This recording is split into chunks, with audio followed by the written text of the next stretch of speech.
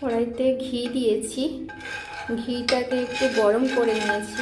গরম করে নেওয়ার পরে আমি গ্যাস অফ করে দিয়েছি। গ্যাস অফ করে দিয়ে আমি 2 চামচ হলুদ মিশিয়েছি ঘির মধ্যে। এবার এটাকে ঠান্ডা হতে দেব। ঠান্ডা হয়ে গেলে আমি এখানে পোলাও বানাবো। তো পোলাওর জন্য আমি বাসমতি চাল 1 কিলো এখানে রেখেছি, ধুয়ে রেখেছি। একেবারে জল ঝরানো আছে। তো এই ঘিটা আমি চালের সাথে ভালো করে মিশিয়ে নেব। এই যে ঘিটা দিয়েছি, এবার এটাকে ভালো করে মেখে নেব।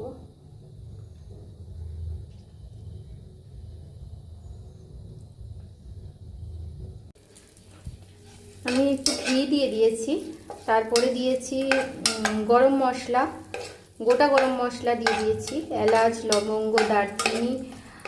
তারপরে ওইটা একটু নেড়ে চেড়ে তারপরে দিয়েছি কাজু, কিশমিশ।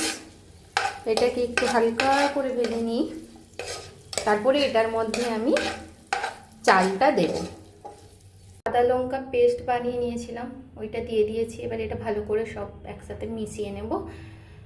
কড়াইতে ওই চালটা দিয়ে দিয়েছি, এবার জল দিয়ে দিয়েছি। এবার এটাকে সেদ্ধ হতে দেব। পোলাও রেডি।